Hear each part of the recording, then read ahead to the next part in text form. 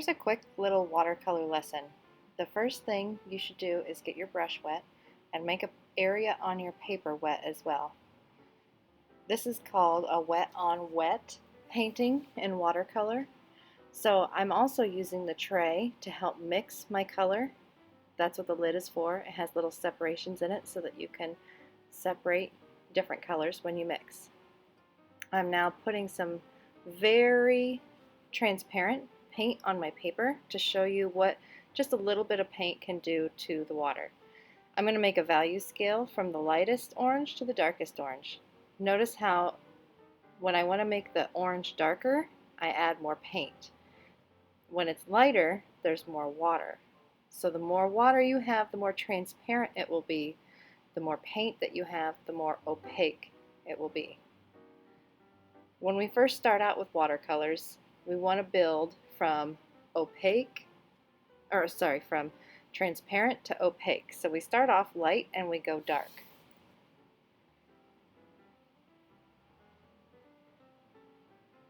A lot of kids make the mistake of just taking paint directly from the circle or the oval from the tray and painting it directly on their paper. That's how they get a soupy, sticky watercolor mess.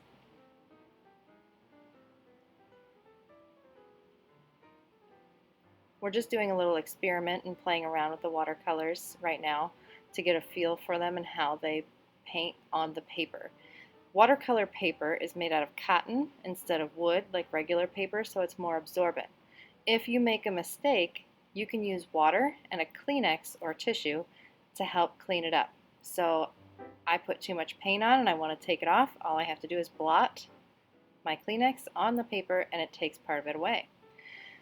If I want to take it completely away, I add just plain water on top of the already wet watercolor and I blot it again on a different side of the tissue. So I'm going to fold it inside and I'm going to blot it. Don't smear it, just blot on top of it, and that will take away even more.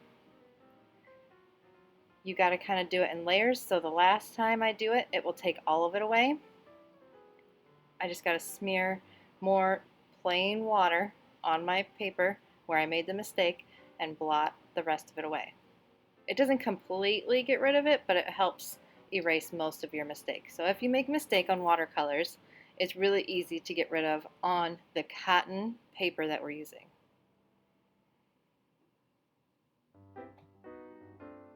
The next thing you need to remember with watercolors is that watercolors are mostly water. So if you put two colors that are wet next to each other, you are going to get a lot of bleeding and blending. If you don't want that, then you have to make sure that your watercolors are dry before you put them next to each other. Again, I don't want that on my paper, so I'm going to erase it. You saw how dark that was. Even just a little bit of water and blotting will take it away. There should be Kleenexes on your table to erase any mistakes that you have.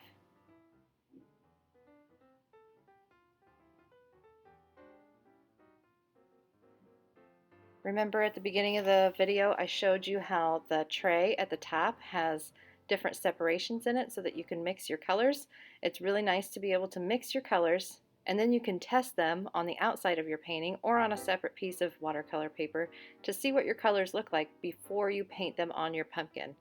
You can blend your colors on your paper or you can blend them on the tray. It's whatever you prefer.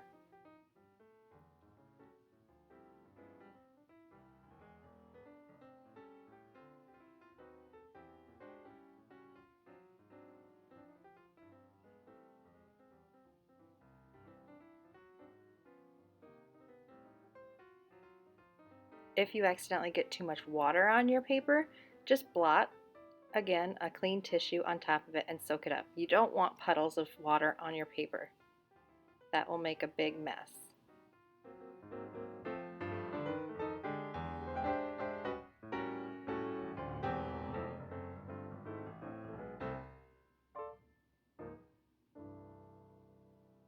Here I'm testing to see what brown and green look like together for my stem. So I didn't add enough paint. I need to make sure I have more pigment than water to make a good stem color. Here we're going to start drawing our pumpkin. I have stencils for you to trace for the outside of your pumpkin. You can trace my stencil or you can draw your own. If you just wait a minute, I'll show you how to draw your own. Draw an oval for the center of your pumpkin. Then the outer sides sections of your pumpkin should go towards the outside of your pumpkin. Make sure your lines are drawn light. Don't draw them too heavy or you'll see them through the watercolor. You can draw a swirly stem or you can draw a flat stem. It's up to you. That's already a flat stem that's already cut. Draw the back part of the pumpkin showing so it looks like a three-dimensional pumpkin as well. Here's how you draw a freehand pumpkin. Start with the oval, do your sides, kind of looks like a hot dog for a little bit, and then do your stem. Don't forget to erase where it overlaps. When you're ready to start painting, get a cup of water, a couple different sizes of brushes, and your watercolor. Remember, we're starting off with the wet on wet technique of doing watercolors, so you're going to paint the first section that you want to do with a very transparent value of orange. So we start off light when we work with watercolors, and then we go dark as we put layers on top of it. I do the middle section first, and then I do the sections as it gets farther away from the center. So now I'm doing the section to the right, but oops, I made that too dark. So I stopped the video and I erased it. Now I'm doing the next layer to the outside, mixing it in my tray to make sure I get the right color, and putting a very transparent layer of orange on my pumpkin. Now I'll go to the other side and paint that. First putting down a layer of water and then my transparent orange. Now I'm putting a darker shade of reddish orange in the background because that is going to be a little bit darker since it's farther away. I'll blot it because I got it way too wet. Now I'll do the same thing with my stem, applying just a little bit of water on my paper, and then I'll take some brown and some green and fill in my stem. Think about where the shadow is going to be on your stem. It'll be inside where the stem connects to the pumpkin and where the swirl overlaps. So I'll add more brown and darker green where the places are going to be darker. Here I'm adding some more value to my pumpkin. You want to think again about where your shadows are going to be in the pumpkin. Your shadows are going to be where the light can't reach it. So the light can't reach as well inside the crevices or the sections of your pumpkin. So there I'm going to put some more pigment or more paint into my mixture on my lid, and I'm going to make a darker orange. If you want to start adding red, you can, and add it to the outside of your pumpkin too. This is going to give it a more 3D and rounded shape and look to it.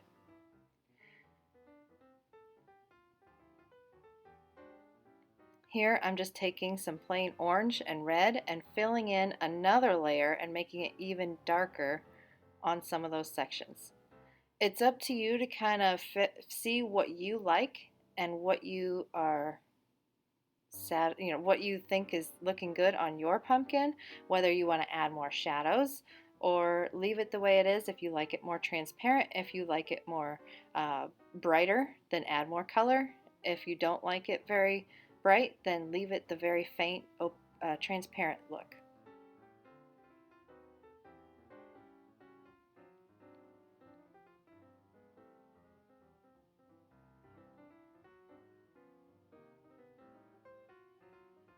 Once I get the shadows the way I want them, I then go through and I add some highlights as well.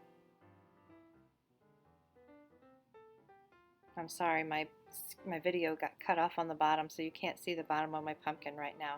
You'll be able to see it later in real life picture here in the art room, or you can see it when I move my picture up a little bit later on. Now here I'm taking plain red and adding more darkness and depth to my picture.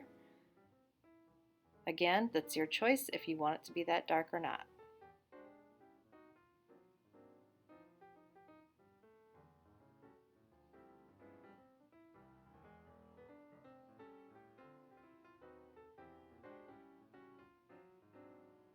Here's where I'm adding the highlights of yellow to the top of my pumpkin where the sun might be reflecting off of the top of the pumpkin where it's shiny.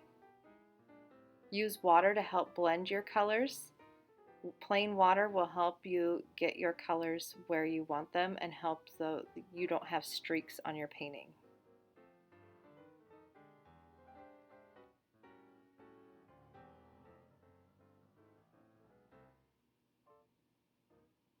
Do the same thing to your stems. See how I'm adding my dark brown here where my shadow is going to be? And then I'll go back and add some more green too.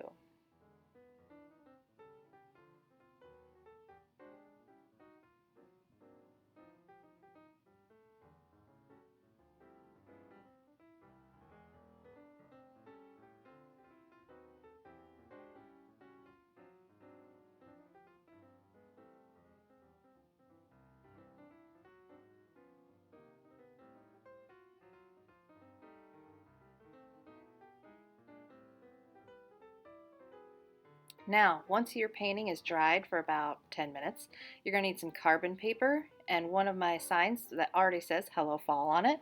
You're going to tape that where you want it on your pumpkin so it doesn't move. Put the carbon paper dark side down and use a pen or a pencil to trace over my letters. If you want to draw your own letters, you can, but this is a fast, easy way to have it done for you. Once you get done tracing, be careful not to smudge the carbon paper because the carbon paper will leave carbon on your painting. So make sure you're really careful, and if you do accidentally smudge your paper or the carbon paper while it's on your painting, you can take an eraser if your painting is dry enough and erase some of those areas where it's smudged. After that, you can take a Sharpie right over top of the font. Where I made double lines, color in that area so that it makes it look like calligraphy.